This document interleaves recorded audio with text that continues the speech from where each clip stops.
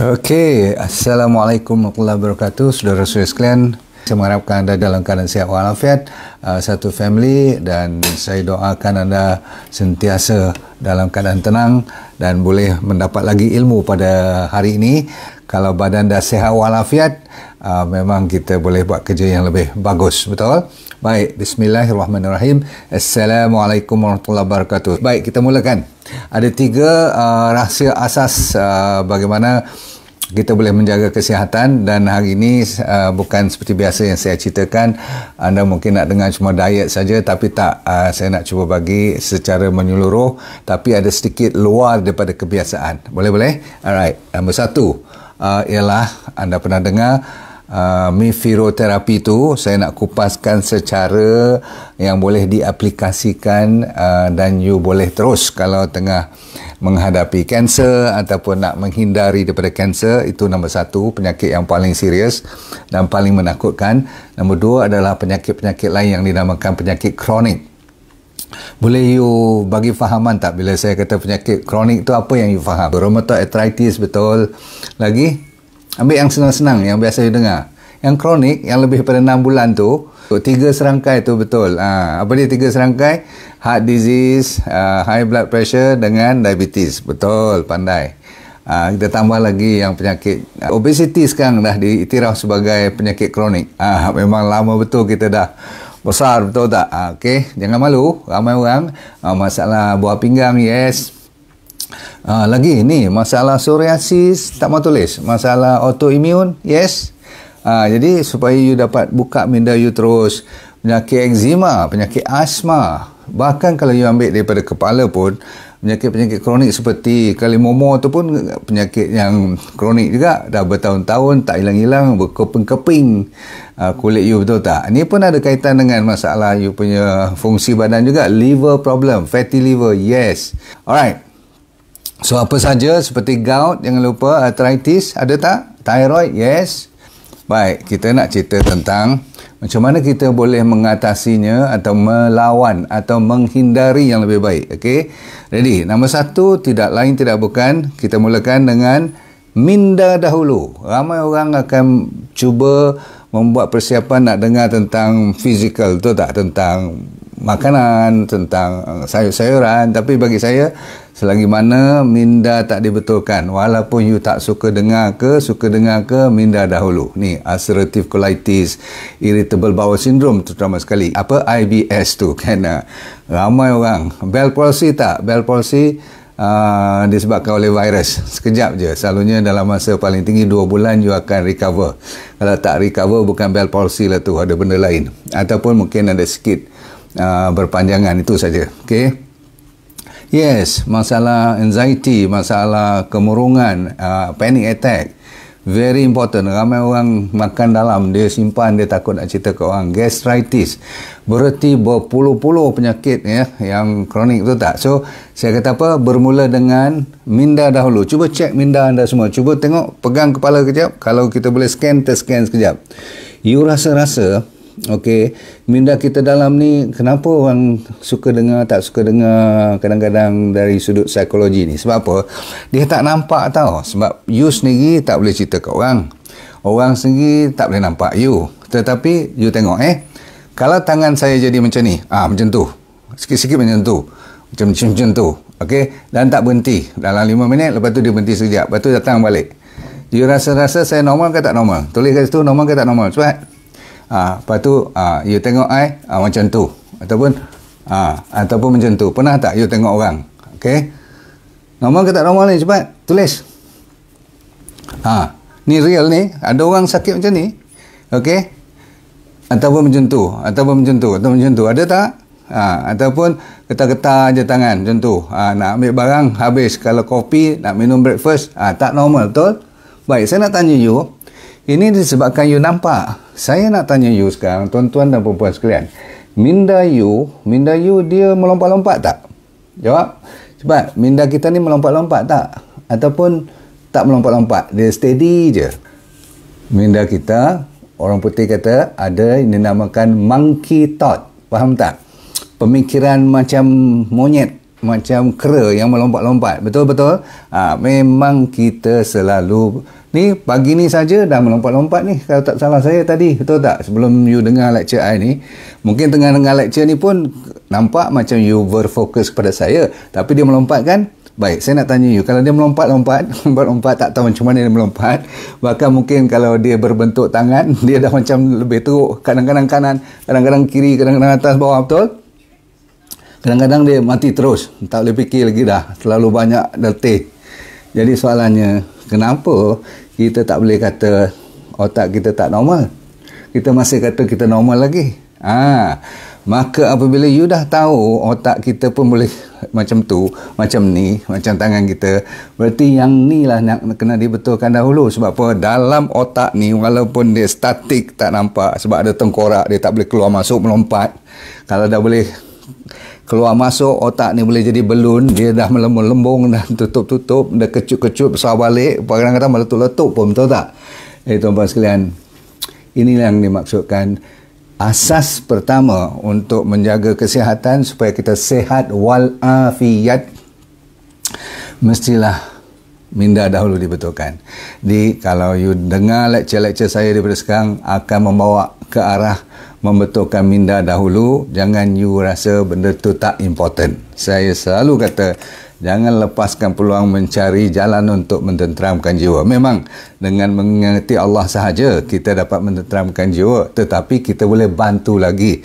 Sebetulnya Tuhan bagi kita minda, betul tak? Dia bagi kita kuasa persepsi untuk mengkontrol diri kita sendiri.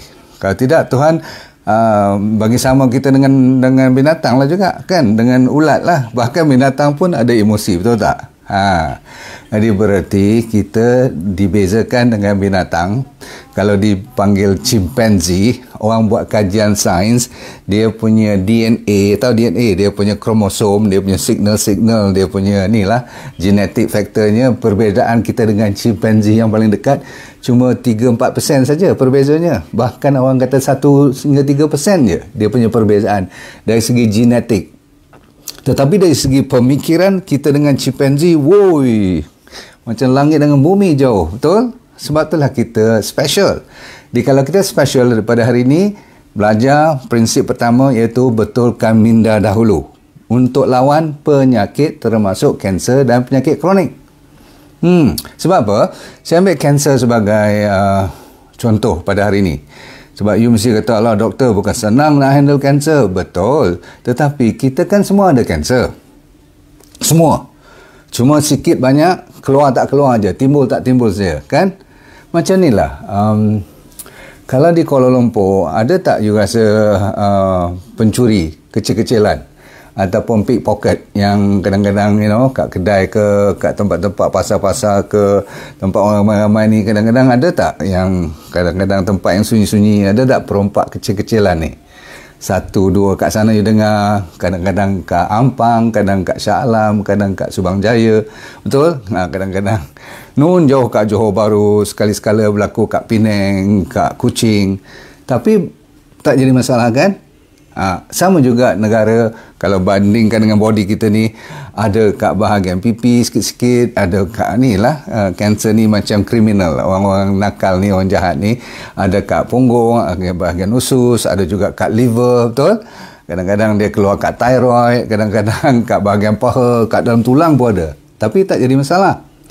Cuma apabila mereka berpakat, katakan geng Ampang call daripada Johor masuk ke dalam, naik Air Asia daripada Kuching ke Kota Kinabalu, masuk ke, nanti saya pergi ambil you kat airport, kita combine, kita jumpa kat Putrajaya, kita geng dan kita plan macam mana nak attack ke Ampang tadi, supaya satu Ampang tu kita cover.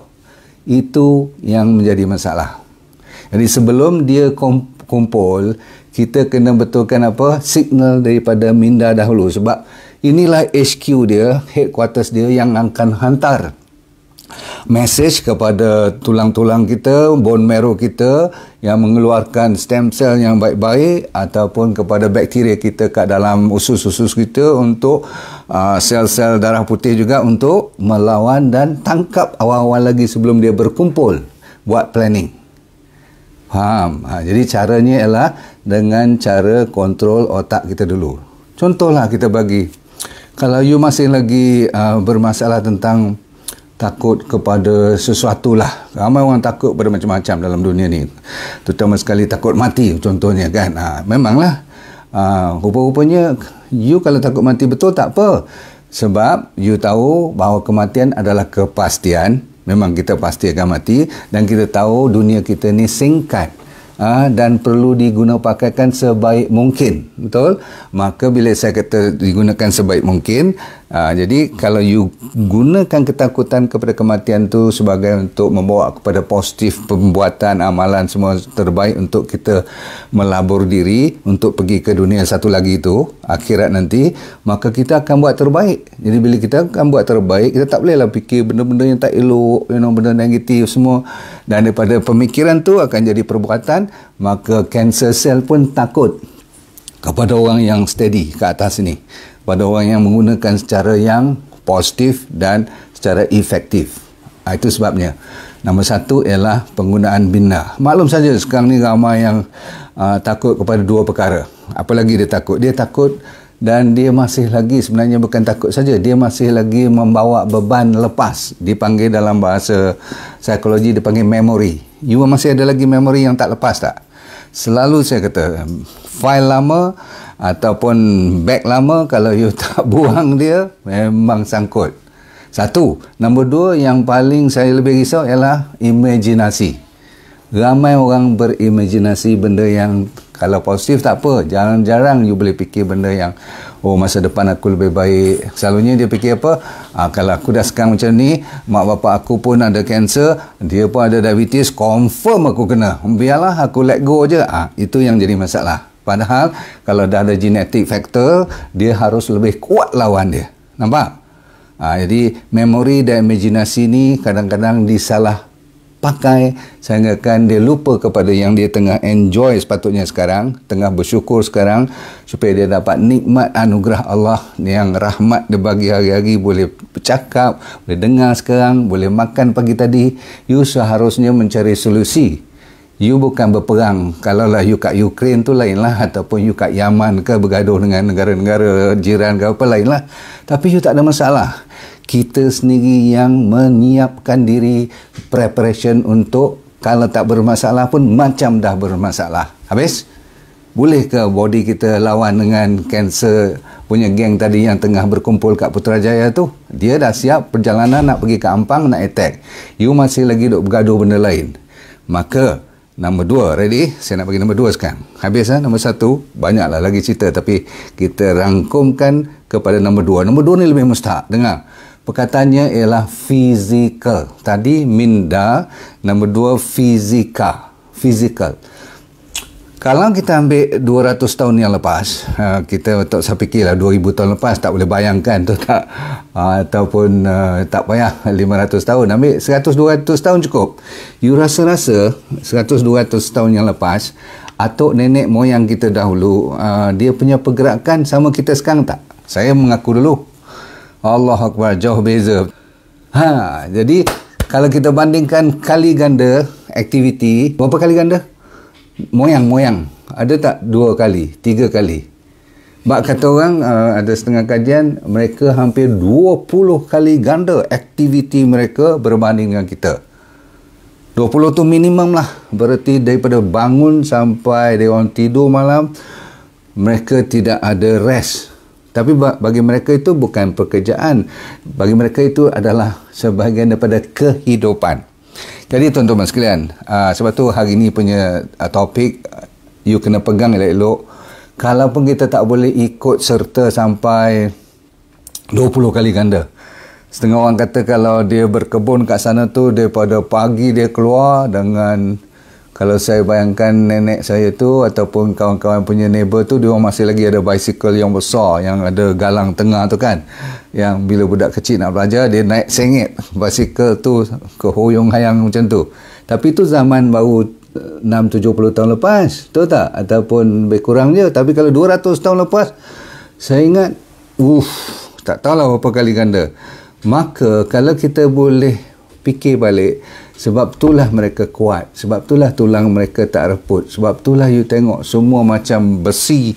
Walaupun badan tak gemuk, tapi dia punya kekuatan. Tak gemuk baguslah kan. Maksudnya you nampak kurus-kurus kan semua kan. Tetapi dia orang punya dahsyatnya kekuatan tu dibanding dengan kita sekarang. You sebagai warrior, kita sama-sama. Boleh tak? Kita tingkatkan at least 2-3 kali ganda. Kita sepatutnya 20 kali ganda. Kalau nak ikut dia orang. Patutnya kita sekarang lebih senang hidup kita kan. Petang-petang exercise je. Kot-kot lah. Sejam you rasa lama sangat. Buatlah setengah jam. Itu pun saya dan anda kadang-kadang buat, kadang-kadang tak buat. Betul? Maka mulakan berjalan. Jadi dari sudut kesihatan, nak lawan kanser, nak lawan apa tadi saya kata chronic cases yang you tulis tadi tu, rupa-rupanya atuk nenek kita dulu tak pernah dengar perkataan psoriasis. Jarang-jarang dia dengar perkataan kanser. Betul? Dan orang diabetes zaman dulu, ingat tak pernah kena injection insulin pun. Agak-agaknya tak tahu mati je kan. Jarang you dengar ada amputasi potong kaki ke sebagainya. Betul? You jarang dengar dia orang asthmatik ke, ada penyakit eczema, ada penyakit thyroid, ada juga sekali-sekali saya tengok. Sebab apa? Mungkin perigi dia tak cukup iodine je, tu je. Tapi tak payahlah nak kena operate, buang breast lah, buang usus lah, betul? Jadi tuan-tuan sekalian, bukan tak ada penyakit tu, ada. Tak mungkinlah dia orang pun tak kena penyakit, cuma tak berleluasa. Faham tak? Not as many as now. Sekarang kita 1 in 4 cancer cases. 1 in 8 ada penyakit chronic. And diabetes, 4 million people in Malaysia alone. Jadi tuan-tuan sekalian, masalahnya ialah pergerakan. So, sebab itulah saya bawa cerita baru pada hari ini. Dulu saya kata diet mustahak, betul. 80% mestilah diet, 20%, 10% saja aktiviti atau bergerak. Saya rasa mungkin ni satu fakta yang saya nak kena betulkan. Saya mula nak ambil 50-50 dah sekarang. Nanti saya buat kajian lagi. Boleh tak kita improve dengan improve-nya pergerakan. Saya tak kata exercise pun. Saya kata bergerak. Sebab orang dulu bukan faham perkataan exercise. Mereka bergerak. Pergi mana pun, kedai pun nak kena bergerak. Pergi kebun dia orang, menoreh getah, sawah padi ataupun tanam sayur-sayuran semua, mereka mesti bergerak. Jadi tuan-tuan sekalian, boleh tak kita betulkan fakta yang mengatakan exercise tu cuma 10%, nak kena jaga makanan lebih mustahak, betul dari satu sudut. Tapi sejak saya fikir-fikir dan saya dengar balik cerita saya ni, atuk nenek moyang kita dulu, kita kena tingkatkan bukan 10% je exercise. Kalau boleh pergerakan kita mesti sekurang-kurangnya 50% dalam kehidupan kita. Bergerak. Okey. Dan ada orang buat kajian, alhamdulillah tak payah kita lari masuk dalam gimnasium nak angkat weight gila-gila. Kita cuma berjalan saja dah memungkinkan kita dapat balik sekurang-kurangnya 2 atau 3 kali ganda berbanding dengan 20 kali ganda lebih orang tu dahulu. Baik, kita habis. Dari sudut fizikal, kita tak boleh tinggallah pula diet tu, betul lah. Tapi perkataan diet ni jangan you salah tafsir, mengatakan kita wajib ikut satu jenis saja. Dulu lagi saya kata D&D diet dibuat khas untuk pada masa pantang larangnya, waktu you tengah sakit gila, maksudnya tengah panas, orang kata tengah kanser tengah menyala, ataupun psoriasis, SLE, atau tengah arthritis, tengah gout. Masa tu you kena betul-betul pantang lah. Itu yang tak ada gula wajib, tak ada susu you tahu kenapa, tak ada daging kenapa. Ini pun zaman dulu orang makan daging, susu hari-hari kan, dia orang ambil juga gula-gula semua tu. Tetapi sebab mereka gerak lebih, dia bakar, so kita tak risau. Sekarang kita kena risau sebab satu, pergerakan very low, dan makanan kita terlalu banyak bahan-bahan dah diproses. Dulu mana ada proses-proses, ada supermarket semua kan, tak ada fast food semua kan.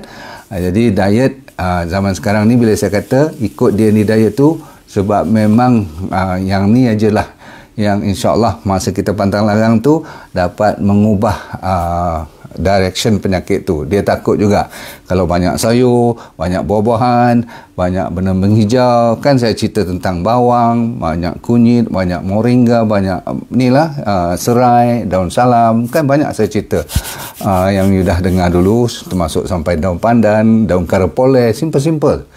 Dan ulam berbalik itu ada kaitan dengan untuk tu dahulu juga. Dan kalau boleh dari segi makanan, selain daripada D&D diet tu, boleh tak you ikut ni? 2 kali cukup sekarang. Makan jangan terlalu lebih daripada 2 kali sehari, yang makanan betul lah. Kalau in between pun tak digalakkan snack. Itu zaman sekarang orang mengeluarkan perkataan intermittent fasting. Padahal zaman dulu orang-orang dulu dah buat dah puasa semua ni, Isnin, Khamis semua tu. Dan sekarang kita belajar, orang sekarang pun dah pandai, lepas Isyak dia orang tak makan apa-apa lagi dah. Kan bagus tu. Sebab apa? Dah dibuat kajian, sama ada OMAD, one meal a day pun yang terbaik, tetapi kalau kita masih terasa lapar, 2 kali sehari. Okay? In between tak payahlah banyak-banyak sangat nak cari roti lah, biskut lah, habis paket-paket crisps, chips dan sebagainya. Itu memang cari penyakit. Sebab zaman dulu mana ada orang makan in between, right? Tapi dia orang makan, dia tak tengok pun, pakai makan sampai rasa puas. Jadi tak ada masalah, dia orang tak bilang kalori pun. Itu nombor 1. Nombor 2 ialah kalau boleh makan dengan tangan. Sebab apa? Dari sudut roh makanan tu, bila you pegang dia, dan sebelum you makan pun you boleh rasa makanan tu sama ada masuk akal tak masuk akal. Faham tak faham ni? Kalau you ambil kelongsong, tahu tak, paket, you cuba nak pegang tengok makanan tu, boleh pegang tak? Nombor 1. Makanan dalam tin, boleh pegang tak? Ataupun makanan yang dah dikoyak, diletak depan you, setelah you tengok ada tarikh luput semua, dia you tuang atas pinggan, you cuba sebelum you tempuh makanan tu, cuba you rasa dulu. Dia panggil aura makanan tu. Kadang-kadang you sendiri tahu makanan tu dah tak ada apa dah tinggal. You pergi fast food, tak percaya kata saya, you dah order kan, you dah beratur, you dah order, dia pun kata, have a nice day, would you like to have french fries with it? Dia kata kan, nak tak? You terlupa nak order french fries, dia peringatkan you pula. You kata, oh ya. Ok, ambil tu, you letak tangan you atas semua makanan-makanan cepat ni, you rasa macam mana?